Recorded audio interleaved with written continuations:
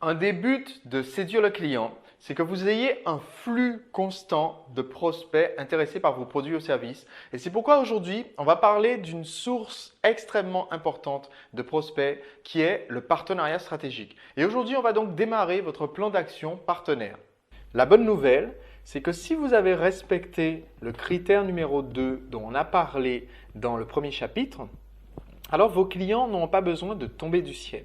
Autrement dit, vous ne serez pas, du point de vue du marché, perçu comme ce savant fou inventeur de génie qui a inventé un nouveau produit, le Super Gizmo 3000, et qui aura besoin de convaincre le marché. Tout au contraire, vous vous positionnez sur un marché où les prospects dépensent déjà de l'argent pour accéder au but ou à la solution que fournit votre produit ou service. Donc votre première étape, maintenant que vous savez que ces prospects existent, ils sont déjà quelque part en train de dépenser de l'argent, c'est de localiser ces prospects pour ensuite tout simplement les dévier vers vous. Alors quels sont les meilleurs prospects, les plus qualifiés pour votre activité? Voici une excellente façon de localiser le meilleur prospect qui soit.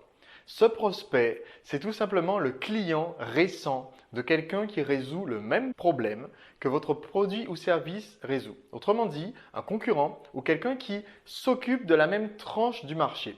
Cette personne qui est un client récent a prouvé, a voté avec sa carte bleue et a prouvé à la fois qu'elle est intéressée par ce type de produit ou service ou qu'elle souffre du même problème que votre client idéal. Cette personne a aussi prouvé qu'elle a les moyens de se procurer un quelconque produit sur le marché. Et cette personne, si elle a fait un achat récemment, est parmi le meilleur type de prospect qu'on puisse trouver parce qu'elle est encore dans cette dynamique d'achat pour résoudre son problème. Le second meilleur prospect, si on avait un classement au podium des prospects qui vont avoir le plus tendance à acheter et à être satisfaits, le second meilleur prospect, c'est tout simplement le prospect de quelqu'un d'autre, c'est-à-dire une entreprise similaire à la vôtre ou qui s'adresse au même marché que la vôtre et qui a un flux constant de prospects. Si vous arrivez à dévier ces prospects vers vous ou à faire des échanges, on va dire, stratégiques, et on en parlera plus tard, si vous arrivez à faire ça, alors vous aussi, vous bénéficiez de cette même source de prospects qualifiés. Alors retenez bien ceci, c'est extrêmement important puisqu'on va parler de partenariat stratégique et que vous allez être amené à contacter des personnes qu'auparavant vous auriez considérées comme des concurrents. Notez bien que personne n'est votre concurrent. Vous ne devez pas vendre la même chose que quelqu'un d'autre. Si vous vendez la même chose, ça veut dire que votre positionnement pour le moment n'est pas dans une stratégie d'océan bleu, que vous êtes encore avec un positionnement de copier-coller et que ça va nuire à votre marketing à long terme. Donc tant que possible, même si vous avez le même produit de base que d'autres personnes sur le marché, vous devez étendre votre offre ou la compléter de façon à ce que du point de vue d'un prospect, ce que vous vendez, ce ne soit clairement pas la même chose. Deuxième point important, si vous contactez quelqu'un qui, de son point de vue à lui, vend la même chose que vous. Autrement dit, certes, vous savez que votre produit, c'est un peu la Rolls-Royce du marché, donc il a un positionnement très différent de celui de cette personne que vous contactez qui a la Dodoche du marché, la 2 chevaux du marché. D'accord? Quand vous contactez cette personne, elle, n'étant pas prête à des partenariats stratégiques nécessairement, et surtout si on est sur le marché francophone qui est encore très peu développé, il y a très peu de connaissances marketing des entrepreneurs francophones, français notamment, et donc ces personnes-là ne sont pas très rodées en matière de partenariat stratégique. Du point de vue de cette personne que vous contactez, ils vendent des voitures, vous vendez des voitures, donc vous êtes concurrent. Donc si vous contactez cette personne-là, il faut que vous le fassiez sous un angle nouveau, par rapport à un produit ou service complémentaire à ce qu'ils font. Autrement dit, vous n'essayez pas d'établir un partenariat entre votre usine de voiture et leur usine de voiture, parce que sinon ça va être très très difficile effectivement de les convaincre de faire un partenariat gagnant-gagnant. Par contre, étant donné que vous vendez aussi autre chose, je vais donner un exemple concret issu de mon activité. Je m'adresse à un public masculin qui veut apprendre à faire des rencontres et j'ai d'autres personnes sur mon marché qui s'adressent aussi à un public masculin qui veut apprendre à faire des rencontres, mais ces personnes-là fournissent aussi un service de relooking. Donc par exemple, j'ai été contacté par quelqu'un qui m'a dit on peut établir un partenariat stratégique entre mon livre sur le relooking ou mon service de relooking à la personne et votre service de coaching en séduction. Donc cette personne-là a un petit peu mis de côté le fait qu'elle aussi réalise un service similaire de coaching en séduction et a mis en avant un produit ou service différent de façon à ce que justement je perçoive la complémentarité entre son offre et mon produit. C'est exactement ce que vous voulez faire pour créer ces partenariats stratégiques avec des gens qui se considèrent comme votre concurrent. Et le partenariat stratégique qu'on va établir à partir de ce module 1, c'est la syndication. La syndication, c'est une méthode que j'ai apprise d'un marketeur américain qui s'appelle Frank Kern, qui a été mon mentor pendant longtemps. Et ça consiste tout simplement en s'adresser à un prospect qui a déjà démontré à la fois qu'il a l'envie d'acheter et qu'il a la capacité d'acheter, puisque c'est un prospect qui est un client récent de quelqu'un sur le même marché. Selon Michael Masterson, l'auteur de Ready, Fire, Aim, la raison pour laquelle les maisons d'édition américaines ont prospéré de façon exponentielle alors que les maisons d'édition européennes avancent de façon linéaire, c'est que le marketing des maisons d'édition européennes est basé, et c'est aussi le cas de beaucoup d'entreprises et peut-être de la vôtre, est basé sur la croissance d'un groupe de prospects liés à notre entreprise qui ne doivent absolument pas aller chez les concurrents. Et ce type de marketing limite les possibilités d'expansion de l'entreprise. Les entreprises américaines, et notamment dans le secteur de l'édition, ont une approche différente qui consiste à louer ou utiliser les bases de données les unes des autres dans le même marché de façon à pouvoir rentabiliser les efforts marketing de tous les autres acteurs du marché. Donc les efforts que chacun fait pour trouver de nouveaux prospects et les amener sur la place de marché servent à toutes les entreprises et c'est ce qui permet cette croissance extrêmement rapide des entreprises. Et c'est sur cette tendance que nous allons jouer aujourd'hui. Donc notre cible, les entreprises qu'on va cibler pour nos partenariats stratégiques, ce seront des entreprises leaders qui résolvent le même problème que nous ou qui s'adressent au même segment du marché ou avatar. Par exemple, quand je dis résolvent le même problème que nous, vous êtes une entreprise qui fait de la restauration uniquement le midi. Il y a un restaurant pas très loin de vous de façon géographique, il y a un restaurant qui est assez proche de vous, qui est ouvert uniquement le soir. Vous avez la possibilité d'un partenariat stratégique parce que vous résolvez le même problème, le client a faim, mais vous n'êtes pas en concurrence directe. D'accord ? Ou alors, vous vous adressez au même segment du marché puisqu'il y a un cinéma à côté et que le public qui va à ce cinéma est le même qui irait à votre restaurant et vous pouvez établir un partenariat stratégique qui fait que vous avez une offre spéciale, un repas plus un ticket de ciné et le cinéma a une offre spéciale, un ticket de cinéma plus le cocktail gratuit si vous allez au restaurant. Donc, la première étape quand vous allez contacter votre cible, c'est toujours de commencer par construire une relation. Autrement dit, de faire en sorte d'avoir déjà des entretiens avec votre partenaire stratégique sans être dans une politique de les contacter directement pour établir une syndication, ça ne marchera pas. Donc, commencez déjà un petit peu à les connaître, à échanger des idées. Et même si vous êtes sur un marché très concurrentiel, le minimum, la façon la plus facile d'établir une relation avec quelqu'un qui est en concurrence directe avec vous, c'est de discuter de moyens pour, entre guillemets, fermer le marché aux nouveaux entrants. C'est-à-dire, entre guillemets, discuter entre vous du fait qu'il y a cette bande de petits blancs-becs qui essaient de se lancer sur le marché, qui cassent les prix, etc. et qu'il faut faire attention. Et voici comment on va optimiser notre marketing pour éviter de se faire grignoter les parts de marché. Donc ça, c'est la façon standard si vous êtes sur un marché où vous allez discuter avec des concurrents qui sont agressifs. C'est la façon la plus simple d'établir un premier rapport, une première relation avec eux.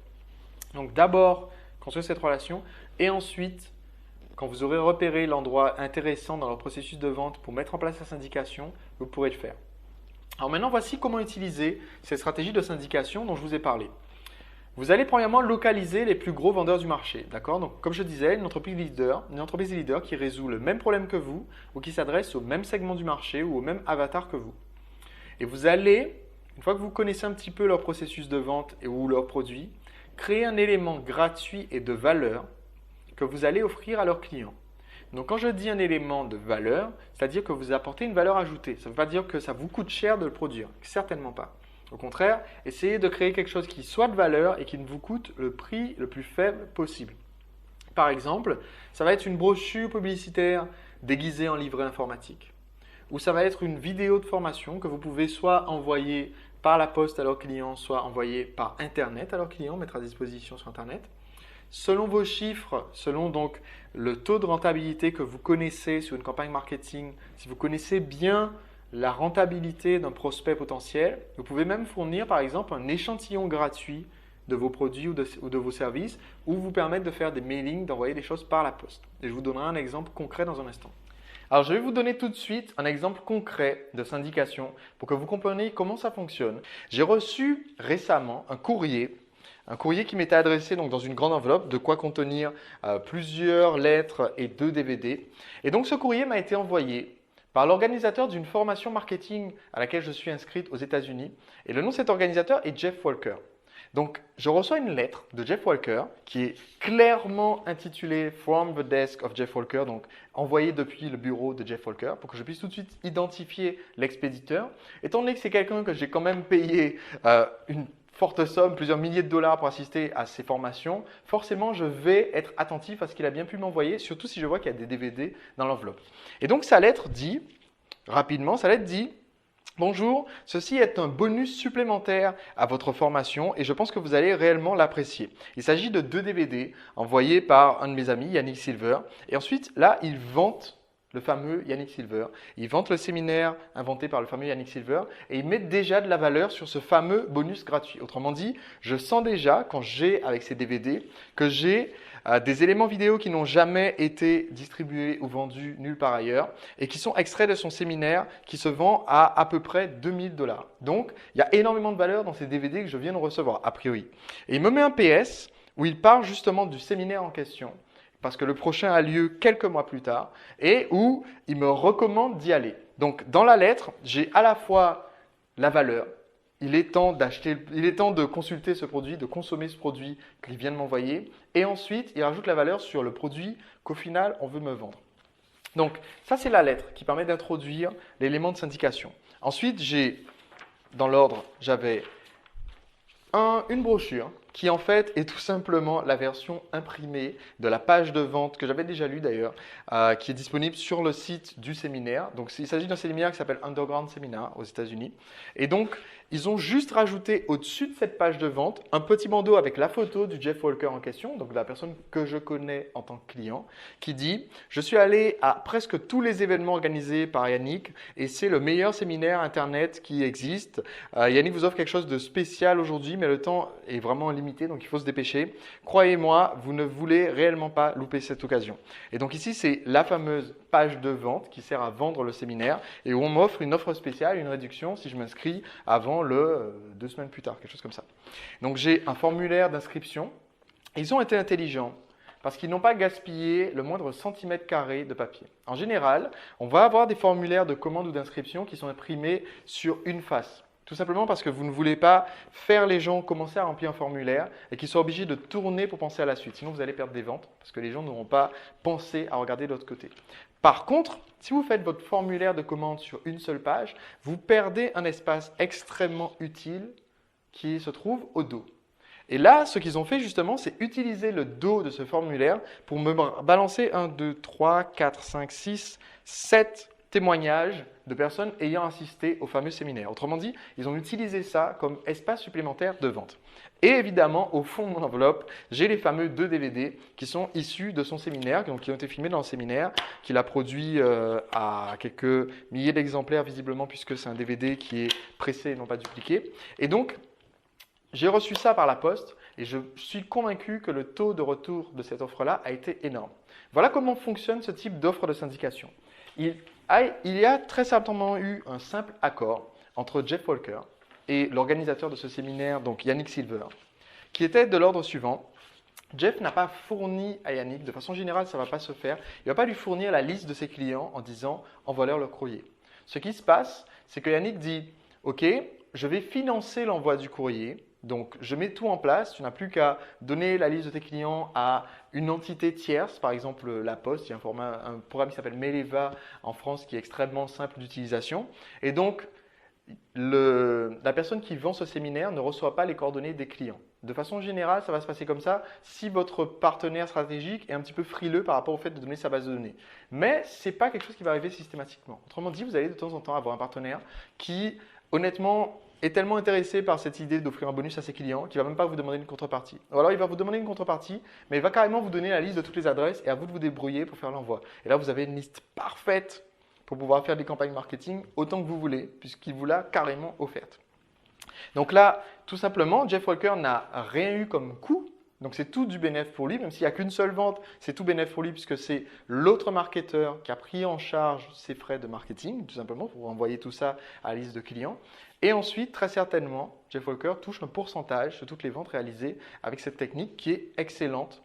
Et même dans le cas où quelqu'un ne s'inscrirait pas à ce séminaire, le fait d'avoir reçu ces DVD, ce bonus supplémentaire, augmente les chances que ce prospect, cet excellent prospect, soit intéressé à y voir le site Underground Seminar, s'inscrit sur la mailing list de la personne qui a envoyé les DVD. Et donc, c'est un très très bon moyen de récupérer des prospects extrêmement qualifiés.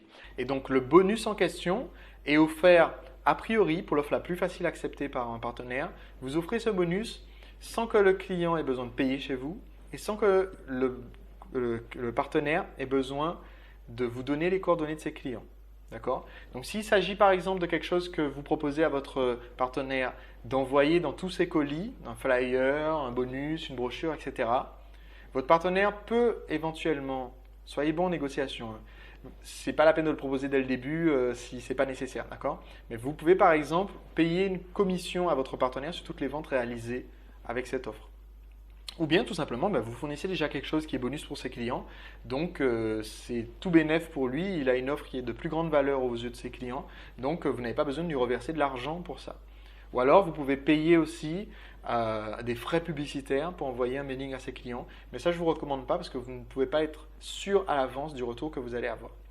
Donc, ne crachez pas sur l'opportunité aussi d'obtenir les coordonnées des clients. Je connais notamment quelqu'un qui est coach sportif et qui, quand il a décidé de lancer ses propres cours, étant ami avec le patron d'un grand, comment on appellerait ça en français, d'un grand centre de sport, d'un grand centre sportif, eh bien, le patron du centre sportif a effectivement accepté de faire cette offre de syndication, donc d'envoyer une vidéo gratuite à la liste de tous ses clients, 18 000 clients du centre sportif.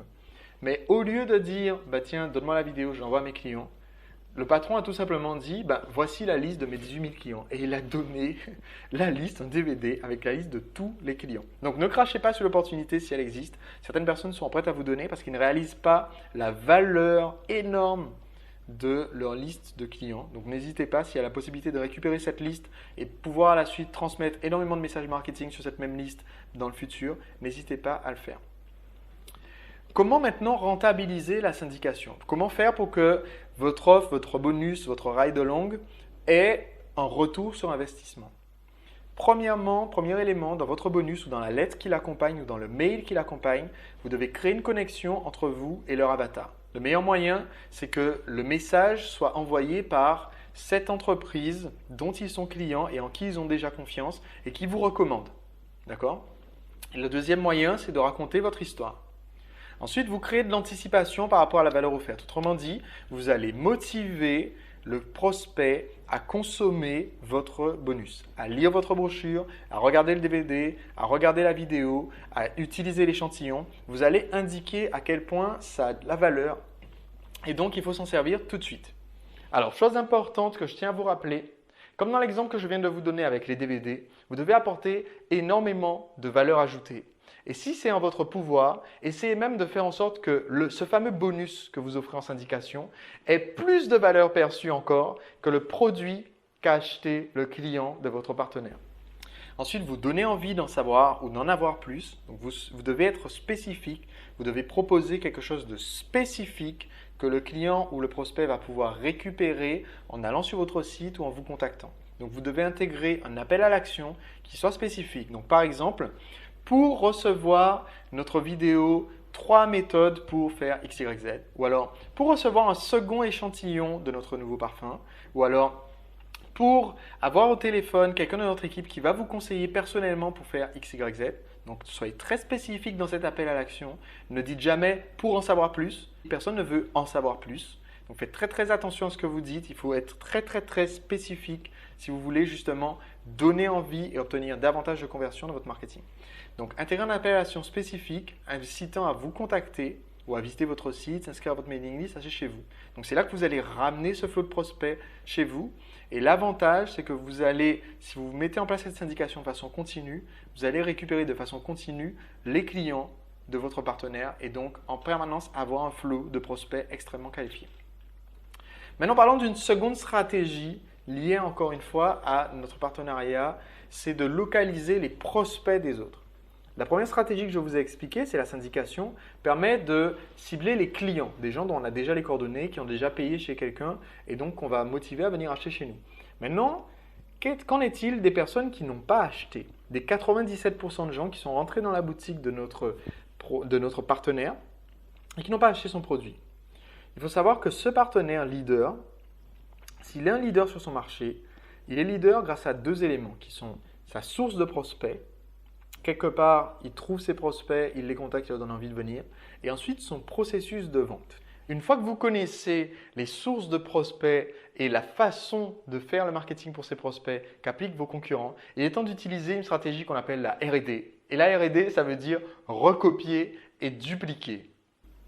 Pour vous positionner solidement sur un marché où il y a déjà des leaders, la première étape, c'est de trouver leur source de prospects, de comprendre leur processus de vente et de vous placer sur ce flot de prospects, donc de vous placer au même endroit pour aller chercher les prospects au même endroit et d'avoir un meilleur marketing que les autres personnes présentes sur le marché. Donc, sur Internet par exemple, ça va être de lister les sites Internet qui font des liens vers leurs concurrents, observer leurs autres sources, leur présence dans les médias par exemple, dans la presse, leur publicité payante comme le pay-per-click, mais aussi leur publicité payante comme la publicité à la radio, la publicité à la télévision, la publicité dans les pages jaunes. Trouver où est-ce qu'ils font des promotions croisées, quelles sont les autres entreprises qui font leur publicité, trouver qui vend de la publicité comme des particuliers qui vendent des bannières par exemple ou de la publicité sur leur site internet. Et ensuite, vous allez vous placer aux mêmes endroits. Ça peut paraître difficile quand on y pense de se dire tiens, je vais me placer au même endroit que mon concurrent, mais en fait, si votre concurrent est positionné sur ces emplacements-là, par exemple, s'il a acheté de la publicité à un site internet, ça veut dire que ce site internet est prêt à vendre de la pub et grosso modo à vendre la pub au plus offrant. Donc, il va être très facile pour vous d'obtenir des liens à partir des mêmes sites, d'être partenaire des mêmes sites qui font des échanges de liens avec eux et donc de vous positionner très rapidement au même endroit que votre concurrent pour augmenter votre classement dans les moteurs de recherche par exemple, pour avoir plus de trafic sur votre site internet. Et c'est la même chose si vous avez une boutique hors ligne, d'accord, que vous faites une activité hors internet. Il faut trouver à quel endroit vos concurrents, entre guillemets, les autres personnes donc sur votre marché interceptent les prospects. Il faut vous mettre au même endroit pour intercepter le flow, entre guillemets, avant eux. Merci d'avoir suivi cet épisode jusqu'au bout. Pour avoir des compléments aux épisodes que je publie de mes podcasts audio et vidéo, je vous encourage à aller sur entrepreneurlibre.com/blog. Sur mon blog, je partage des articles de fond, mais aussi de nombreuses réponses aux questions de mes abonnés, des internautes et des futurs entrepreneurs libres comme vous. Donc, si vous allez simplement sur le blog entrepreneurlibre.com/blog, vous pourrez retrouver l'ensemble de mes contenus ainsi que les articles de fond et vous abonner pour recevoir l'ensemble gratuitement.